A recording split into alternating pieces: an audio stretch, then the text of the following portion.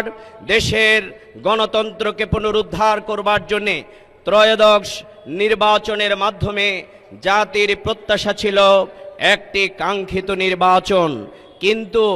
আমরা লক্ষ্য করেছি 2026 সালের যেই নির্বাচন অনুষ্ঠিত হয়েছে, অনেকেই বলে থাকেন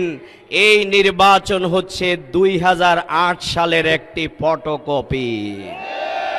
সুতরাং যারা এই নির্বাচন এই জাতিকে আশাহত করেছেন, যারা গোটা জাতিকে বোকা বানিয়ে আজকে যারা ন্যায়ের পক্ষে অবস্থান গ্রহণ করেছিলেন, আমরা সেদিন বলেছিলাম জুলাই আন্দোলন যদি না হতো, আবু সাইদ মুগ্ধরা যদি জীবন না দিত, আমাদের হাজার হাজার যুবক তরুণেরা যদি তাদের বুকে গুলি